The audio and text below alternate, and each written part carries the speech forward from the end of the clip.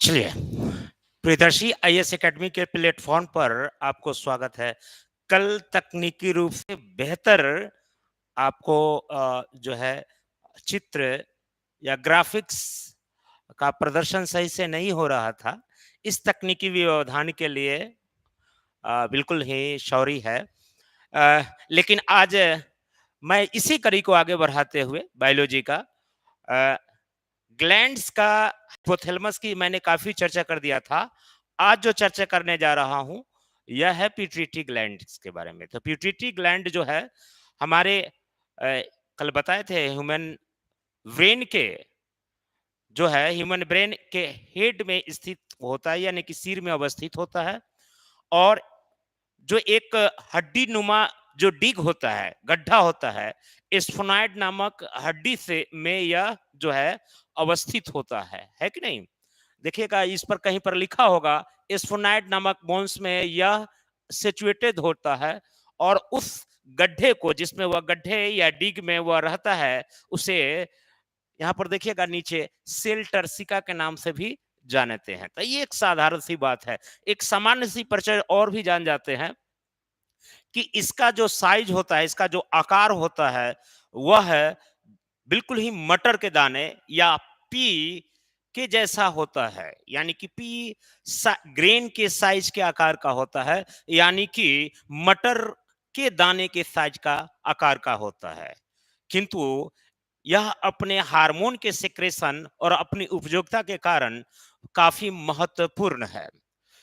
एक चीज और सामान्य सा परिचय बता देता हूं कि ये जो प्यूटरी ग्लैंड है वह 11 प्रकार के हार्मोनों का सिक्रेशन करता है। बिल्कुल ध्यान रखिएगा, 11 types of 11 types of hormones का सिक्रेशन करती है। और 7 जो है जो अदर इंडोक्राइन ग्लैंड है उसको कंट्रोल करती है।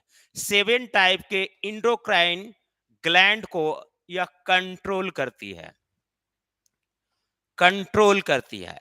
इस कारण से इसे मास्टर ग्रंथि भी कहा जाता है।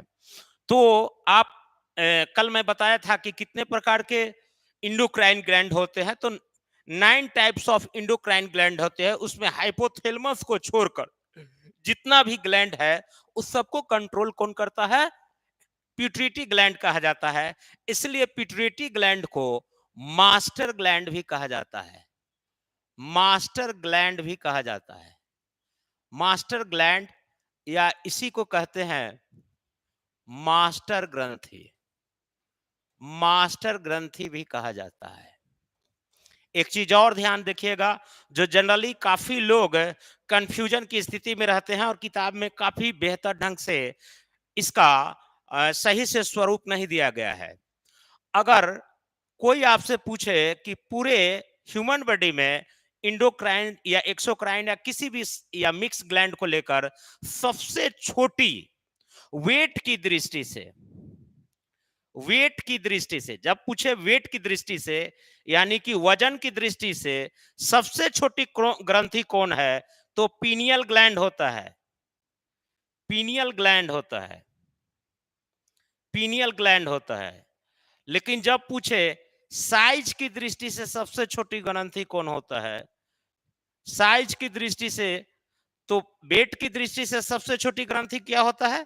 पीनियल ग्लैंड होता है। और साइज की दृष्टि से सबसे छोटी ग्रंथि पिट्यूटरी ग्लैंड होता है। ये हमेशा ध्यान रखिएगा। पिट्यूटरी ग्लैंड, पिट्यूटरी ग्लैंड होता है, यानी कि पीयूष ग्रंथि होता है। पीयूष ग्रंथि होता है। इतना आपको पता चल, इतना आपका नॉर्मल इंफॉर्मेशन पता होनी चाहिए।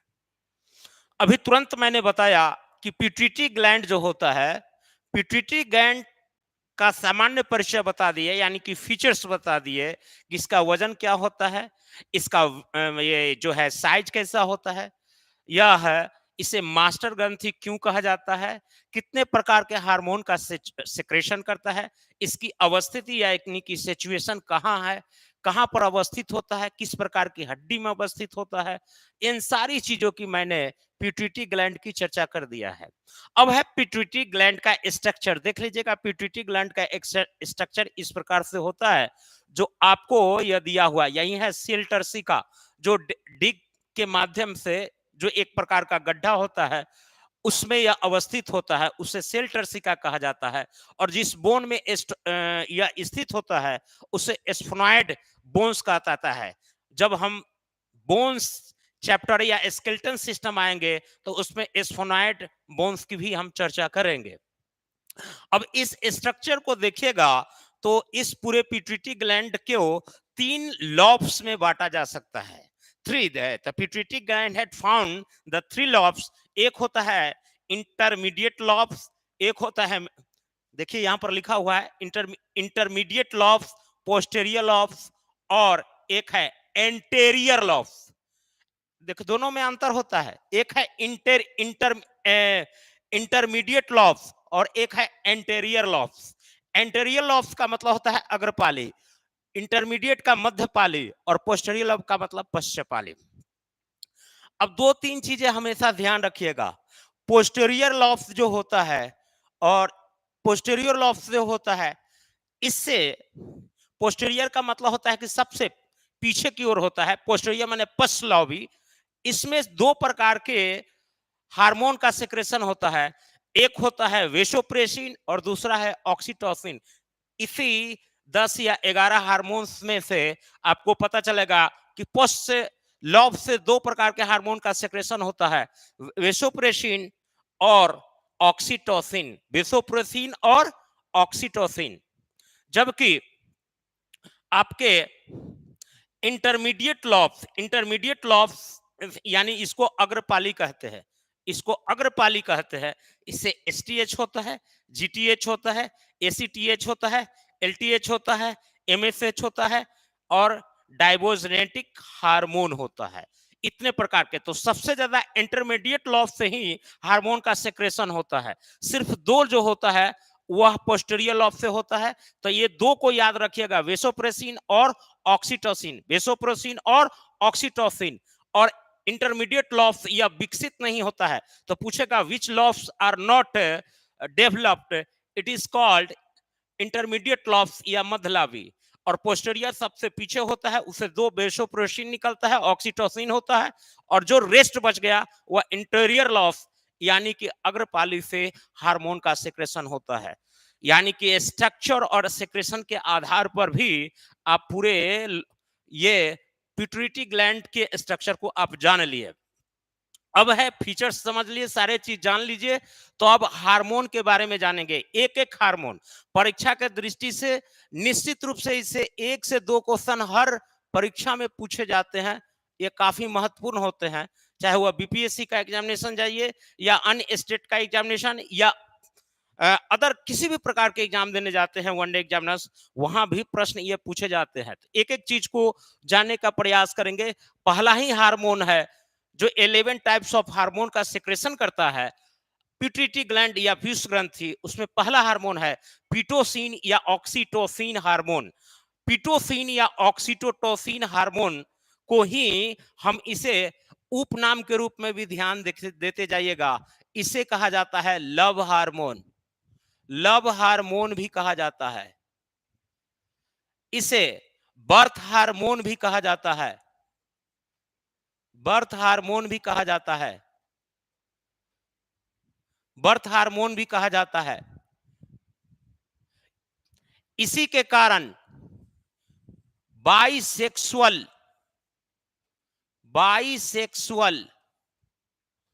रिलेशनशिप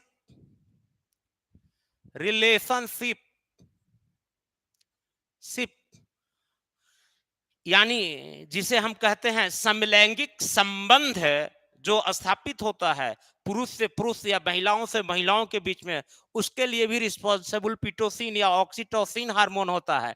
यानी कि आर्टिकल 377 यानी कि धारा 377 से भी रिलेटेड, यानी कि बहुत टफ क्वेश्चन पूछेगा तो इस टाइप के भी क्वेश्चन पूछे जा सकते हैं।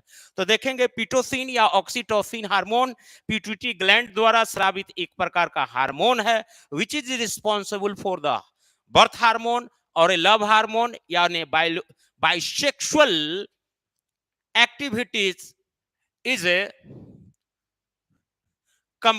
completed by this with the help of this hormone.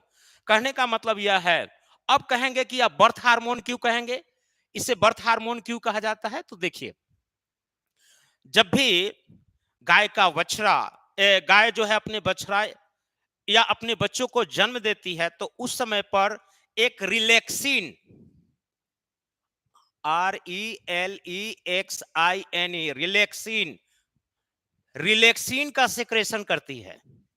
भाई देखते होंगे कि कई बार गाय या भैंस यानी कि काऊ या बफेलो जब अपने बच्चों को जन्म देती है तो उस समय बहुत चिकना सा पदार्थ निकलता है, एक बहुत काफी वह है बिल्कुल ही चिकना सा होता है, स्मूथ होता है, जिसके कारण बच्चा जो है या जच्चा या बच्चा बहुत आसानी से उससे बाहर निकल जाता है उसके रिप्रोडक्टिव ऑर्गन्स के माध्यम से।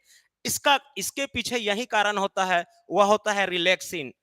या महिलाओं या पुरुषों महिलाओं में भी अपने जच्चा को जन्म देती है उस समय भी वह रिलैक्सिन का सेक्रेशन इसी के कारण किया जाता है। जिस महिलाओं में रिलैक्सिन का सेक्रेशन प्रॉपर ढंग से नहीं होता है उन्हीं में प्रसव पीड़ा काफी ज्यादा बढ़ जाती है। यानी कि प्रसव पीड़ा को कम करने के लिए रिलैक्सिन का स्राव होता है और इस कारण से महिलाएं जो है गहरी प्रसव पीड़ा से बच जाती है। जिन महिलाओं में रिलैक्सिन का स्राव सही से नहीं होता है उनमें प्रसव पीड़ा हो जाता है और कई बार रिलैक्सिन के प्रॉपर सेक्रेशन नहीं होने से महिलाओं की असमय अचानक मौत हो सकती है। इसीलिए कई बार प्रिकॉशन के तौर पर महिलाओं की जो प्रथम डिलीवरी होती है वह डॉक्टर के देख रेख में कराना चाहिए। इसके पीछे सबसे बड़ा लॉजिक यही है। तो आपको पता चल गया कि क्यों इसे बर्थ हार्मोन कहा जाता है। तो ये इसका उपनाम यह आपको हमने पूरा सारी की चीजें करा दिया। अब यह है कि बर्थ हार्मोन हमने बता दिया। लव हार्मोन किस लिए इसे कहा जाता है, क्योंकि इसी के कारण जो है कई बार जो होता है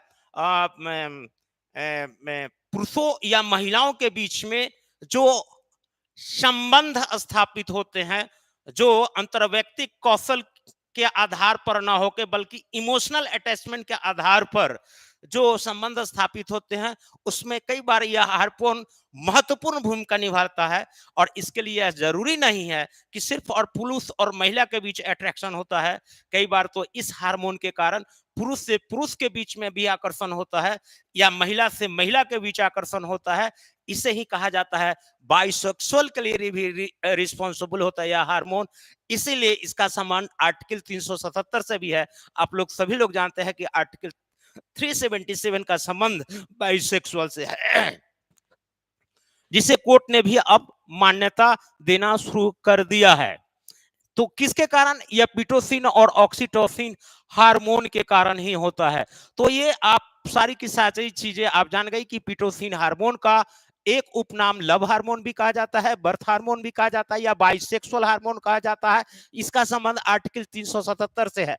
इतना अगर आप पूरी तरह से आत्मसात कर लीजिएगा इस हार्मोन को लेकर, तो इससे संबंधित कोई भी परीक्षा में सवाल जो आएंगे आपको परेशानी में नहीं डालेंगे। एक होता है ग्रोथ हार्मोन, इसी को कहा जाता है एसटीएच हार्मोन, यानी कि सोमेटोट्रोपिक हार्मोन भी कहा जाता है। एसटीएच का फुल होता है सोमेटोट्रोपिक हार्मोन या इसी को ग्रोथ हार्मोन कहते हैं। जब भी इसका स्राव अगर मानव के अंदर कम होता है तो व्यक्ति जो है उसके कम सेक्रेशन से, यानी कि एक होता है हाइपो और एक होता है हाइपर। हाइपो का मतलब कम होता है, यानी कि हाइपो सेक्रेशन के कारण व्यक्ति ड्वार्फ हो सकता है, बौना हो सकता है, और इसी के ज्यादा सेक्रेशन होने के कारण व्यक्ति जो है गैग्नेटिक होता है, यानी कि उसकी लंबाई काफी ज्यादा बढ़ जाती है, यानी कि मानव शरीर का अत्यधिक विकास हो जाता है। यानी कि एसटीएच जो है संतुलित अवस्था में जब इनका सिक्रेशन होता है तो मनुष्य का हाइट एक समतुल्य स्थिति में तभी बना रहता है। इसी में जब डिसऑर्डर आ जाते हैं तो व्यक्ति या तो बौना होता है ग्रोथ में, या फिर उसका काफी ज्यादा ग्रोथ हो जाता है। तो आप ये भी समझ गए, और ग्रोथ हार्मोन या एसटीएच हार्मोन भी को भी आप समझ गए। कई बार पूछ देता है कि which hormone is known as growth hormone, तो उसमें 4 ऑप्शन में जहां एसटीएच देखेंगे वहां पर आप लिख के आएंगे कि एसटीएच हार्मोन को ही हम ग्रोथ हार्मोन कहते हैं। एक होता है एसीटीएच हार्मोन, इसको कहते हैं adreno adreno adreno adrenocorticotropin hormone. Adrenocorticotropin hormone full form होता है। फुल फॉर्म याद भी नहीं रहेगा तो भी चल जाएगा, सिर्फ एसीटीएच ही याद रखिएगा तो भी काम चलेगा। वो परीक्षा में एसीटीएच ही पूछता है, एडिनो कार्सियोट्रोपिन हार्मोन, या पूरा फुल फॉर्म हो गया, सिर्फ हमको एसीटीएच याद रखना पड़ेगा। एसीटीएच इज रिस्पॉन्सिबल फॉर, बहुत ध्यान से सुनिएगा, एसीटीएच ही हार्मोन जो है रिस्पॉन्सिबल होता है for a puberty as. Puberty as का मतलब यह होता है, थोड़ा ध्यान से देखिएगा, जब भी देखिएगा कि व्यक्ति जब शिशु होता है तो बहुत ज्यादा आप डिटर्मिनेशन नहीं कर पाते हैं बाह्य आकृति को देखकर, कि या आवाज को सुनकर या स्ट्रक्चर को देखकर कि यह लड़का है या लड़की है। ध्यान से सुनिएगा, इसे कई प्रकार के सवाल पूछे जा सकते हैं। लेकिन यह प्यूबर्टी एज ही आता है, ये एसीटीएच हार्मोन ही होता है जिसके कारण प्यूबर्टी एज की स्थिति में हम पुरुष और माने लड़का या लड़की के बीच में हम विभेद कर पाते हैं। यानी कि which hormone is responsible for कि difference between the boys and girls in the view of external show. तो यह तब उत्पन्न होता है, किसके कारण होता है? एसीटीएच के कारण। अब इतनी गंभीर बातें अब आपको अभी समझ में नहीं आई होगी, और मैं तोड़ता हूं इसको। आप देखते होंगे कि जब व्यक्ति शैशव अवस्था से बाल्यावस्था और बाल्यावस्था से यौवनावस्था की ओर जब अपना अग्रसर होता है, अपनी आयु में वह अग्रसर होता है, तो देखते होंगे कि बच्चे को दाढ़ी और मूंछ आना शुरू हो जाता है, आवाज हल्की सी भारी हो जाती है। तो इसी को कहते हैं प्यूबर्टी एज। प्यूबर्टी एज का मतलब है कि जो व्यक्ति में आवाज में और उसमें दाढ़ी मूछ आना जब शुरू हो जाता है, मोस्टेक आना शुरू हो जाता है, तो उसी एज को कहा जाता है प्यूबर्टी एज। प्यूबर्टी एज में आवाज में परिवर्तन हो जाता है। यह आवाज में परिवर्तन होता है, फिजिक्स में पढ़े होंगे, यह जो परिवर्तन होता है वह पीच के कारण होता है, PITCH, पीच। पीच के कारण ही लड़का और लड़की की आवाज में जो श्रील होता है या तीक्ष्णता होता है, उसमें अंतर उत्पन्न होता है। यानी कि यह फिजिक्स के में पढ़े होंगे, लेकिन यह पिच के लिए भी रिस्पॉन्सिबल कौन होता है? एसीटीएच हार्मोन ही होता है। यानी कि दाढ़ी मूछ आना, आवाज का भारी होना, या उसके लड़का लड़की के बीच जो अंतर है उनको स्पष्ट हो जाना, यानी कि शारीरिक रूप से स्ट्रक्चर में परिवर्तन आ जाना, इन सभी के लिए रिस्पॉन्सिबल होता है एसीटीएच हार्मोन। यानी कि 3 हार्मोन आप बेहतर ढंग से आपको समझ में आ गई होगी। नेक्स्ट है प्रोलैक्टिन हार्मोन। प्रोलैक्टिन का मतलब क्या होता है? प्रोलैक्टिन हार्मोन जो होता है, यह प्रेगनेंसी के समय प्रोलैक्टिन हार्मोन जो होता है, जनरली प्रोलैक्टिन का मतलब समझ आइएगा कि प्रोलैक्टिन हार्मोन जो है जनरली जो है हार्मोन का तब सेक्रेशन होता है जब महिला जो है या कोई भी मादा प्रेगनेंसी काल में होता है। प्रेगनेंसी का मतलब होता है कोई ऐसी प्रेगनेंसी का काल जिसमें जच्चा जो है तुरंत अपने बच्चा को जन्म देने वाला होता है, यानी कि वह तुरंत जो है बर्थ देने वाली होती है बच्चा को, या दे चुकी होती है तुरंत, अभी तत्काल तो कौन सा हार्मोन सेक्रेशन होता है? यह प्रोलैक्टिन हार्मोन सेक्रेशन होता है। इसी प्रोलैक्टिन हार्मोन के कारण महिलाओं के मेमल्स में, यानी कि उनके स्तन में दूध का स्राव होना शुरू हो जाता है या दूध का मैन्युफैक्चरिंग होना शुरू हो जाता है। उससे पहले महिलाओं या किसी भी मादा पशुओं में दूध का ना तो उसका मैन्युफैक्चरिंग होता है और नहीं स्राव हो पाता है। उस सब के लिए रिस्पॉन्सिबल होता है प्रोलैक्टिन हार्मोन। तो prolactin hormone is solely responsible for milk production, but only the time of या a period of approximately on pregnancy period और ए प्रेगनेंसी एज। उसके बाद में है थायरोट्रोपिक या थायराइड स्टिमुलेटिंग हार्मोन। ये बहुत ज्यादा समझने में बहुत ज्यादा कठिनाई नहीं है।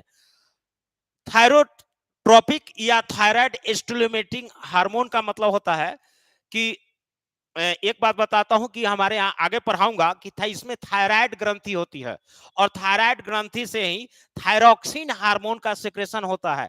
इसी थायरोक्सिन हार्मोन की कमी के कारण जो होता है गलगंड या ग्वाइटर रोग हो जाता है, जिसको हम कहते हैं, जिसका ये काफी बहुत बड़ा हो जाता है नेक, यानी कि यह किसके कारण होता है कि थायरोक्सिन हार्मोन का जिसमें सेक्रेशन कम होता है, खासकर सॉरी पहाड़ी क्षेत्रों में या आयोडीन की कमी से भी होता है।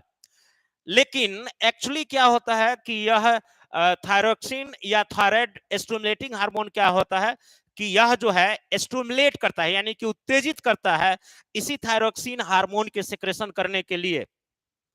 थायरोक्सिन हार्मोन को सेक्रेशन करने के लिए, थायरोक्सिन हार्मोन को सेक्रेशन करने के लिए यह रिस्पॉन्सिबल होता है। कहने का तात्पर्य यह है कि यह किसी न किसी रूप से यह स्टिमुलेशन का काम करता है, थायरोक्सिन के उत्पादन के लिए एक जो है उत्प्रेरक के रूप में काम करता है। इससे ज्यादा इसका कोई कार्य नहीं है। गोनेड्रोट्रोपिक हार्मोन, गोनेड्रोट्रोपिक हार्मोन का मतलब है, देखिए जब आपको बता रहे थे 7 इंडोक्राइन ग्लैंड में, तो उस 7 इंडोक्राइन में एक गोनाड्स पर बताए थे और इसी गोनाड से गोनेड्रोट्रोपिक हार्मोन का सेक्रेशन होता है। इसी गोनेड्रोट्रोपिक हार्मोन से एक होता है LSH हार्मोन और एक होता है LT हार्मोन का सेक्रेशन होता है। देखिएगा, इसी गोनेडोट्रोपिक हार्मोन से एक FSH का भी होता है और एक LH हार्मोन का भी सेक्रेशन होता है।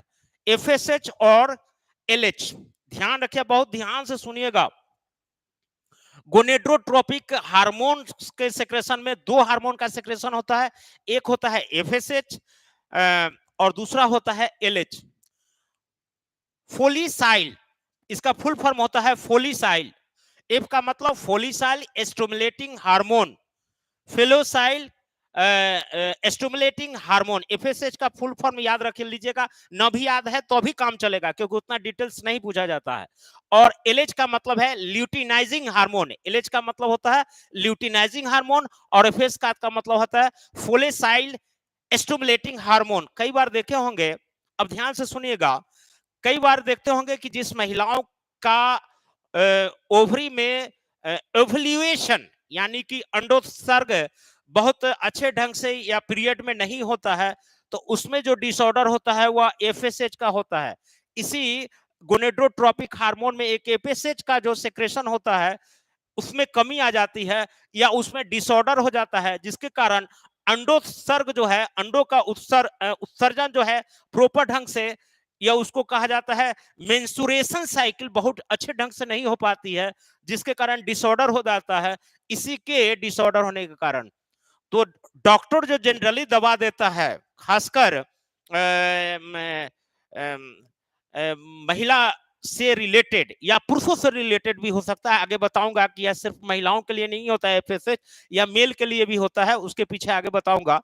तो एफएसएच में क्या होता है कि जो भी मेडिकल या मेडिसिन की दवा दी जाती है वो प्रॉपर रूप से इसी एफएसएच का कंपोजिशन दी जाती है, ताकि उसमें प्रॉपर ढंग से अंडोत्सर्ग हो सके। उसका सारा कंपोजिशन में देखिएगा, मेडिसिन पर जो लिखा हुआ रहता है उसमें सारा का सारा कंपोजिशन एफएसएच ही होता है, यानी कि फोलेसाइल स्टिमुलेटिंग हार्मोन ही रिलेटेड होता है। क्या एफएसएच का संबंध सिर्फ महिलाओं से है?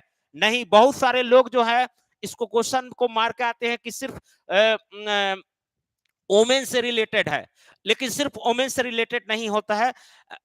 By kindly information to you, it FSH also related to man से भी होता है। एफएसएच महिलाओं में यह होता है आपका, उसमें ओव्यूलेशन यानी कि अंडोत्सर्ग प्रॉपर ढंग से नहीं होता है, और डिसऑर्डर होने के कारण, और एफएसएच के डिसऑर्डर होने से पुरुषों में क्या होता है कि शुक्राणु जो है या स्पर्म प्रॉपर ढंग से नहीं बनता है, या ये उसमें डिसऑर्डर पाए जाते हैं। तो उसको भी एफएसएच के कंपोजिशन में महिलाओं को अलग मेडिकल दी जाती है और पुरुषों को अलग दिया जाता है, लेकिन यह रिलेटेड एफएसएच ही है। एलएच जो होता है ल्यूटिनाइजिंग हार्मोन, ल्यूटिनाइजिंग हार्मोन जो होता है यह उत्पादन का, अब दोनों में अंतर है, दोनों एक ही टाइप का दिखेगा।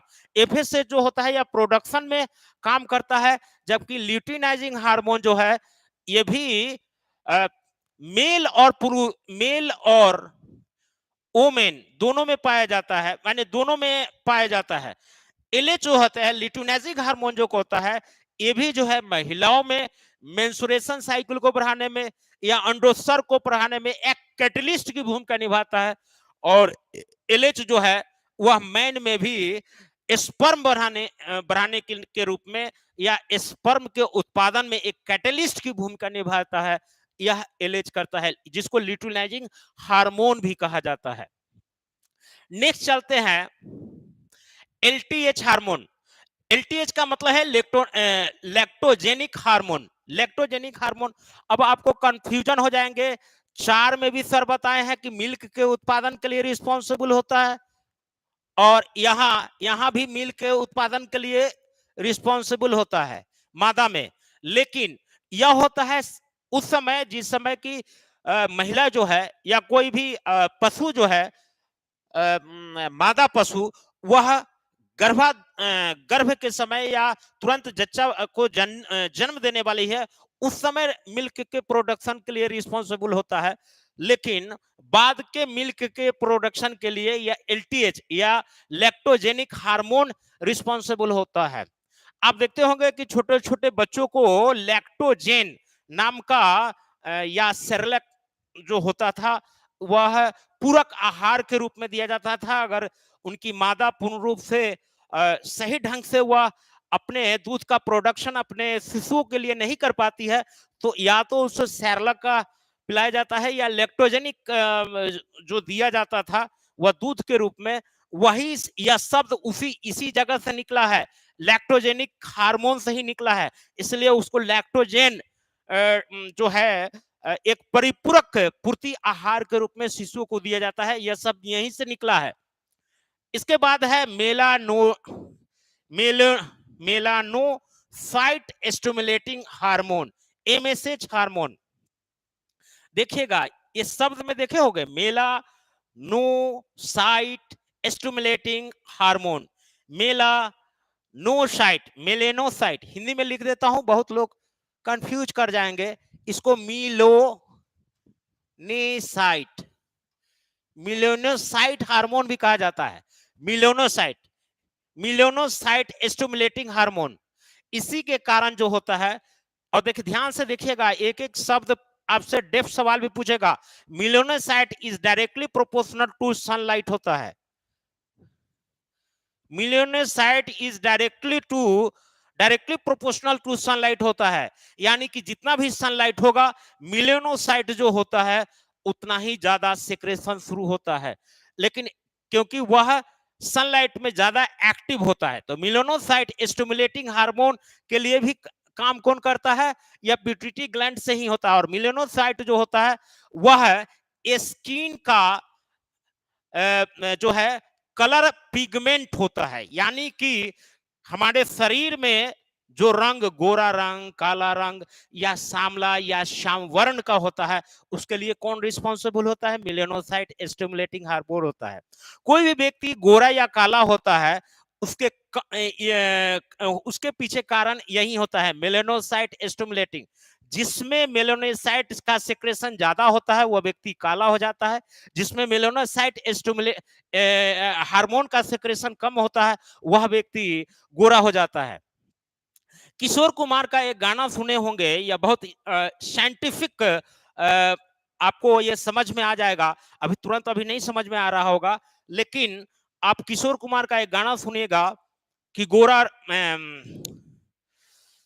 उसमें एक गाना है, शायद मुझे स्मरण करना पड़ेगा उस गाना को, कि धूप में निकला न करो, हाँ अब याद आ गया, कि धूप में निकला न करो रूप की रानी, तेरा रंग गोरा न काला पड़ जाए। कहने का मतलब ये बहुत साइंटिफिक, जिसने भी गाना लिखा है वो बहुत वैज्ञानिक है, और खासकर उसने साइंस जरूर पढ़ा होगा बेहतरीन ढंग से।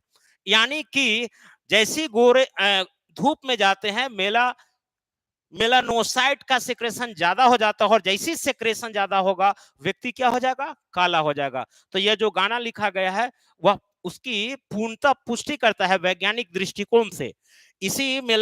इसलिए हम लिखे हैं कि melanocyte hormone is directly proportional to the sunlight. Melanocyte, और एक होता है, आगे बताऊंगा, पीनियल ग्लैंड में उससे निकलता है मेलालेनिन। ये है मेलानोसाइट, और वो है मेलानिन। मेलानिन जो हार्मोन निकलता है वह नींद के लिए रिस्पॉन्सिबल होता है। उसी के कारण हमें नींद बेहतर ढंग से आती है।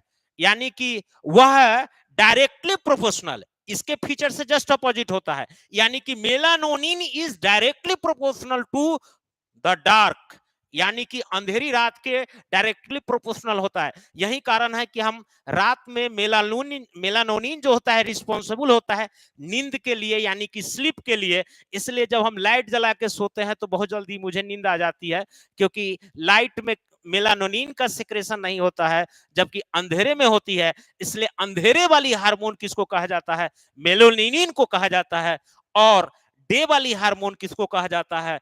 मेलानोसाइट हार्मोन को कहा जाता है। सुनने में एक जैसा लगता है, लेकिन परीक्षा की दृष्टि से अति महत्वपूर्ण है। और मेलानोनिन हार्मोन जो है, यही हार्मोन आपको, आप पढ़े होंगे कि सबसे कम जो है रिज्यूनेशन पावर या पुनर्संयोजन की प्रक्रिया जिस सेल में सबसे कम होती है वह होता है न्यूरॉन्स। लेकिन एक मेलानोनिन ही है जो मस्तिष्क में न्यूरॉन्स जो टूट फूट होती है उसको मरम्मत करने के लिए, भले ही न्यूनतम स्तर पर ही हो, लेकिन उसको मरम्मत करने के लिए रिस्पॉन्सिबल होता है।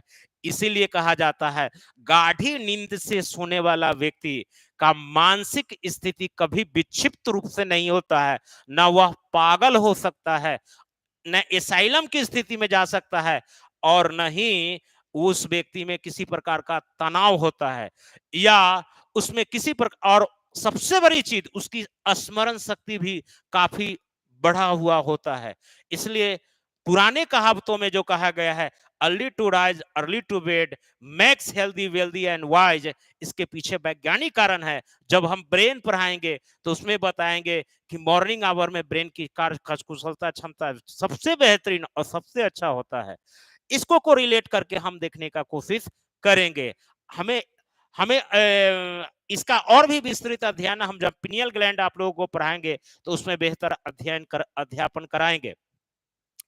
आपका ये भी हो गया। उसके बाद होता है एडीएच। एडीएच का फुल फॉर्म होता है एंटी ड्यूरेटिक हार्मोन। एंटी माने विपरीत, ड्यूरेटिक एक ड्यूरेटिक जो है एक ग्रीक शब्द है जिसका मतलब होता है वाटर, और एच का मतलब हार्मोन, एंटी ड्यूरेटिक हार्मोन। इसो वेसोप्रेसिन भी एक दूसरे नाम के रूप में जानते हैं, यानी कि एंटी ड्यूरेटिक हार्मोन को ही शॉर्ट फॉर्म में एडीएच कहते हैं। उतना याद नहीं हो तो एडीएच भी याद रहेगा तो अभी आपका बायोलॉजी में काम चल जाएगा।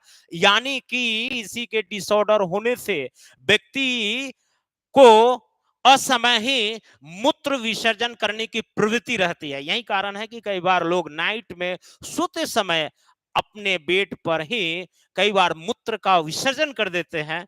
इसके पीछे होता है only the disorder of ADH और ए वेसोप्रेसिन या एंटी ड्यूरेटिक हार्मोन, एक प्रकार के हार्मोन में डिसऑर्डर होता है। या अगर इसे डॉक्टर से अगर समय पर दिखा दिया जाए तो इसका इलाज हो सकता है। जो डॉक्टर इसकी दवा देता है वह एडीएच या वेसोप्रेसिन एंटी ड्यूरेटिक हार्मोन का ही कंपोजिशन दवा के रूप में दी जाती है।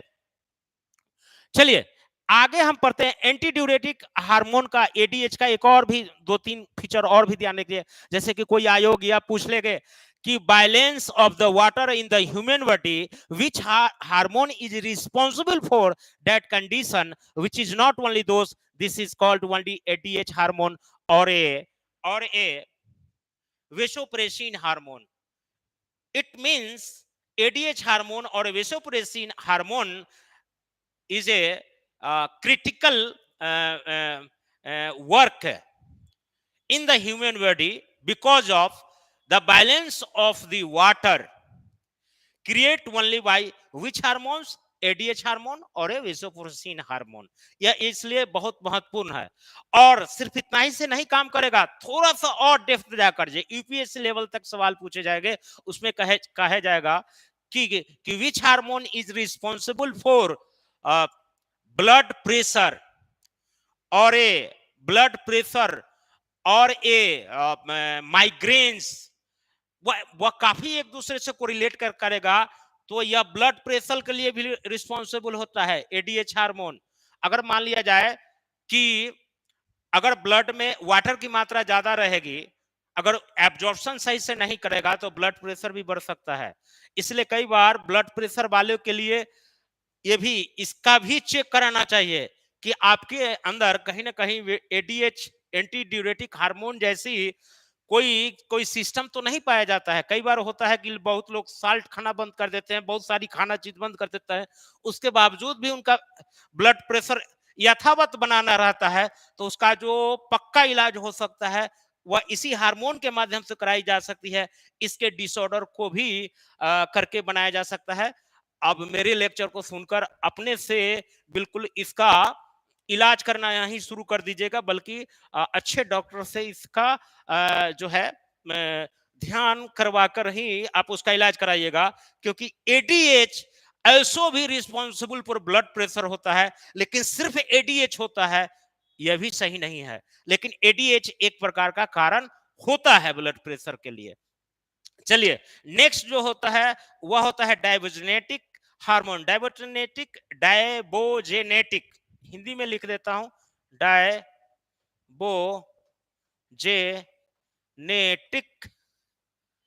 हार्मोन। डायबोजेनेटिक हार्मोन जो होता है, ध्यान से सुनिएगा, डायबोजेनेटिक हार्मोन जो होता है, जैसे यह एंटी होता है, एंटी किसके होगा, एंटी किसके होगा, तो यह इंसुलिन, इंसुलिन का एंटी होता है, इंसुलिन का एंटी होता है, इंसुलिन, इंसुलिन, इंसुलिन का एंटी होता है। कहने का मतलब क्या है, इंसुलिन का एंटी कैसे होता है यह, तो इंसुलिन क्या कहता है कि हमारे शरीर में मधुमेह या डायबिटीज को होने से रोकता है। लेकिन यह डायबोटिनेजिक हार्मोन जो है हमारे शरीर में, माने अगर होता है किसी के अंदर जो मधुमेह बीमारी होने का जो भय बना रहता है, वह डायबोजेनेटिक हार्मोन के बढ़ जाने से भी हो सकता है। लेकिन इसका सिर्फ निगेटिव स्वरूप में नहीं देखना है। डायबोजेनेटिक हार्मोन कई बार होता है क्या कि कार्बोहाइड्रेट के उपापचय यानी कि मेटाबॉलिज्म में यह महत्वपूर्ण भूमिका निभाता है। और कई बार आप कार्बोहाइड्रेट नहीं लेते हैं, कार्बोहाइड्रेट नहीं लेते हैं, तो कार्बोहाइड्रेट नहीं लेते हो इसका मतलब क्या होता है कि कार्बोहाइड्रेट अगर नहीं लेंगे तो किसी प्रकार से शरीर को एनर्जी नहीं मिलेगी। खासकर ऐसे महिलाओं को जो कई बार शनिवार, व्रतवार, सोमवार या कई प्रकार के व्रत रखते हैं, तो उनको तो कार्बोहाइड्रेट लेती नहीं है। उस स्थिति में, इस स्थिति में शरीर में जो ग्लाइकोजन के रूप में कार्बोहाइड्रेट का ही एक स्वरूप बना हुआ रहता है। उसमें कार्बोहाइड्रेट अगर यूज हो गया एनर्जी के रूप में, तो उसके बाद वह प्रोटीन और फैट से वो एनर्जी को लेना शुरू कर देगा, क्योंकि शरीर को तो एनर्जी की आवश्यकता चाहिए। कार्बोहाइड्रेट ऑलरेडी जो है खत्म हो चुका है। इसीलिए निर्जला व्रत करने वाली महिलाएं और किसी भी प्रकार के व्रत रखने वाली महिलाओं को कभी भी मधुमेह रोग या किसी भी प्रकार के रोग या मोटापा का शिकार नहीं हो पाती, वह स्वस्थ होती है, उनकी आयु भी बढ़ जाती है। इसके पीछे कारण यही है। इसलिए उपवास रखना कोई बुरी बात नहीं है। उपवास हमारी महिलाएं रखती है, इसलिए देखते होंगे कि महिलाओं का लाइफ एक्सपेक्टेंसी पुरुषों की तुलना में ज्यादा है। इसके पीछे यही कारण होता है, क्योंकि यह उपवास रखती है और इस कारण से उसके अंदर जो कार्बोहाइड्रेट का जो एक्स्ट्रा जो रूप में चीजें है वह खत्म हो जाती है। और कई बार होती है कि डायबिटिक हार्मोन जो होता है कार्बोहाइड्रेट में कन्वर्ट कर देता है प्रोटीन और फैट्स की मात्रा, इसलिए हमारे शरीर से फैट भी कम होता है। इसलिए फैट को कम करना है शरीर, तो उपवास भी रखेंगे, क्योंकि फैट का बाद में डायबिटिक हार्मोन जो है कार्बोहाइड्रेट के रूप में परिवर्तित करने का कोशिश करता है, या कोशिश करने की कोशिश करता है। इसके कारण जो है फैट जो है आपके शरीर से कम हो सकता है। यानी कि डायबिटिक हार्मोन हम डायरेक्ट कहेंगे या कार्बोहाइड्रेट के प्रोडक्शन में काम करता है, जो एनर्जी के लिए आवश्यक है, और इंसुलिन के जस्ट ऑपोजिट काम करता है। इंसुलिन कार्बोहाइड्रेट की मात्रा को कम करने का काम करता है, डायबिटिक कार्बोहाइड्रेट की मात्रा को बढ़ाने का काम करता है for the use of energy. तो सबकी अपनी अपनी महत्ता है। आगे जो है आपको यह वीडियो कैसा लगा, किस प्रकार से लग रहा है, परीक्षा के दृष्टि से कितना महत्वपूर्ण है, और बायोलॉजी जो आप देखकर और समझकर आपको लगता था कि अरे काफी टफ है, रटना पड़ेगा, लेकिन यह पूरे वैज्ञानिक तरीके से पढ़ाया जाता है, परीक्षा के दृष्टि से पढ़ाए जा रहे हैं, ताकि एक एक क्लियर शॉर्ट्स आपको क्लियर हो जाएंगे और इस प्रकार के इंडोक्राइन ग्लैंड आते रहेंगे और आपकी जो है समझ विकसित होती जाएगी। आज का लेक्चर मैं यहीं समाप्त करने जा रहा हूं। आगे जो है और भी ग्लैंड्स के बारे में, जो इंडोक्राइन ग्लैंड्स के जो अंग हैं उनके बारे में हम महत्वपूर्ण अध्ययन कर पाएंगे। इसी शब्दों के साथ मैं यह लेक्चर समाप्त कर रहा हूं। जय हिंद, जय भारत।